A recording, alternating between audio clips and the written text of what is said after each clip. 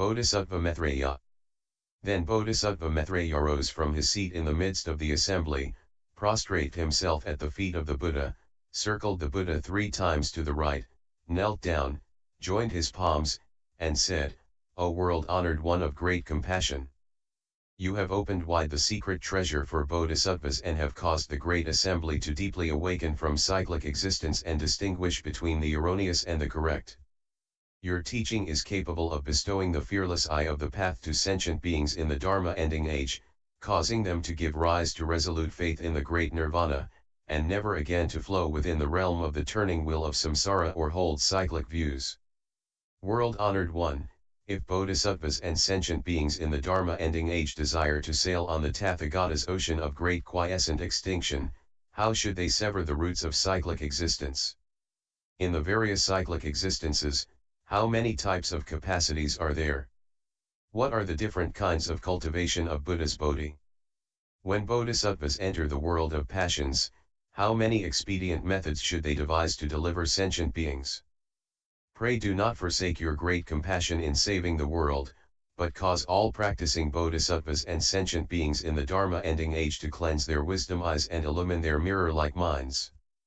May they be completely awakened to the Tathagata's unsurpassed knowledge and vision." Having said these words, he prostrated himself on the ground. He made the same request 3 times, each time repeating the same procedure. At that time the world-honored one said to Bodhisattva Maitreya, "Excellent, excellent. Virtuous man, for the benefit of the multitude of bodhisattvas and sentient beings in the Dharma ending age, you have asked the Tathagata about the most profound, secret, subtle, and wondrous truth so that bodhisattvas' wisdom eyes may become pure, so that all sentient beings in the Dharma ending age may permanently sever themselves from cyclic existence, so that their minds may awaken to absolute reality, and so that they may possess the patient endurance of the unborn wisdom. Listen attentively now. I shall explain it to you." Hearing this, Bodhisattva Maitreya was filled with joy and listened silently along with the assembly. Virtuous man, all sentient beings experience illusory cyclic existence due to all kinds of affection, love, craving, and desire 19 since beginningless time. The different types of births in the world, be they from egg, womb, humidity, or by transformation, are created by sexual desire. 20 You should know that attached love is the root of cyclic existence. Because there are all sorts of desirable objects that enhance and augment the activity. 21 Of attached love, birth and death proceed in unending succession. Desire arises because of attached love. The existence of 5 comes from desire. Sentient beings' love of their lives in turn relies on desire as a base. Therefore, love and desire are the cause, love of life is the consequence. Because the objects of desire vary, like and dislike arise. If the object goes against one's grasping mind, one gives rise to hatred and jealousy and commits evil karmic deeds. As a result, one is reborn in hell or as a hungry ghost. Realizing that desire is detestable, if one desires to leave behind karmic paths and abandons evil and delights in doing good, one is reborn in the realms of gods or humans. If, further, one knows that attachment is detestable, and thus abandons attachment and delights in renunciation, one still stirs up the root of attachment.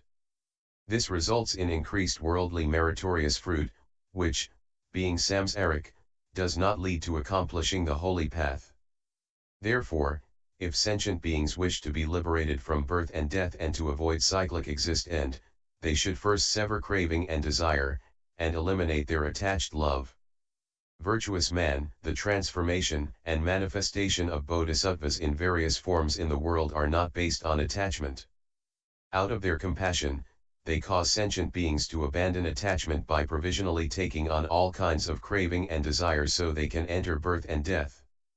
If sentient beings in the Dharma ending age can abandon desire, eliminate love and hatred, permanently sever cyclic existence, and diligently pursue the Tathagata state of complete enlightenment with a pure mind, they will attain awakening.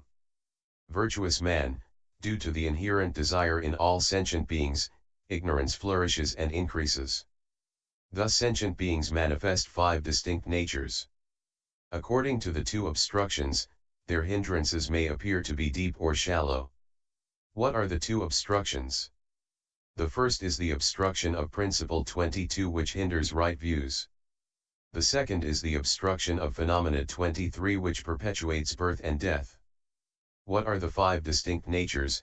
24 Virtuous man. Sentient beings who have not eliminated and extinguished these two obstructions are called those who have not attained Buddhahood.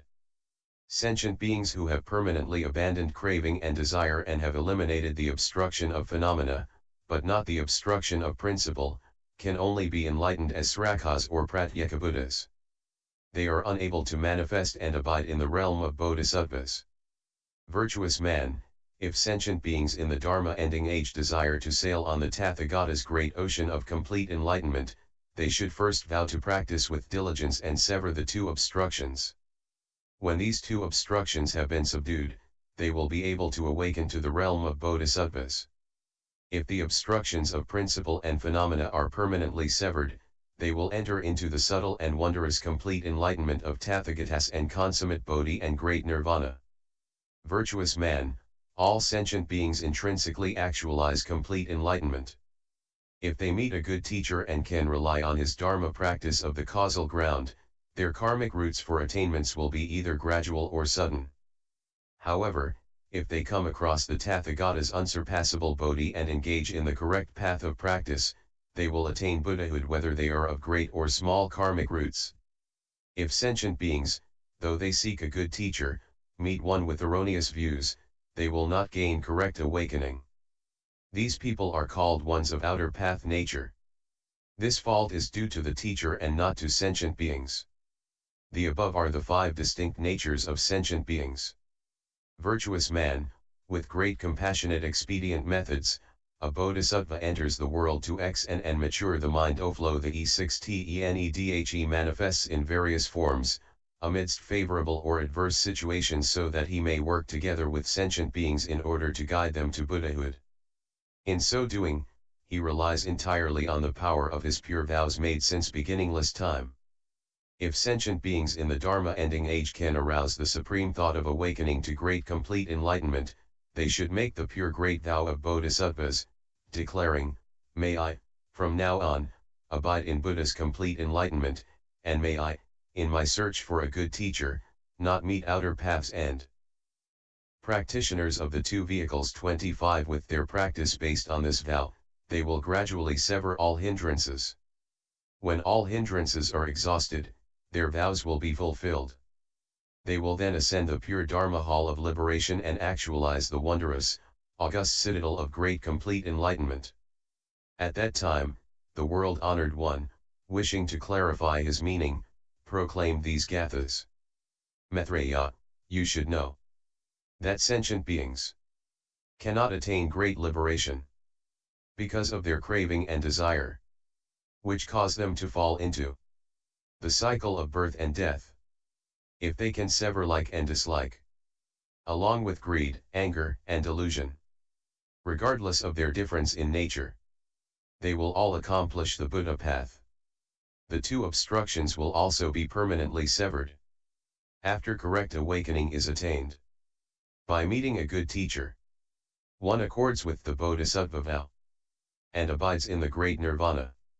All bodhisattvas in the 10 directions, relying on the great compassionate vow, manifest the appearance of entering birth and death. Practitioners now and sentient beings in the Dharma ending age should diligently sever all attached views. Then they will return to great complete enlightenment.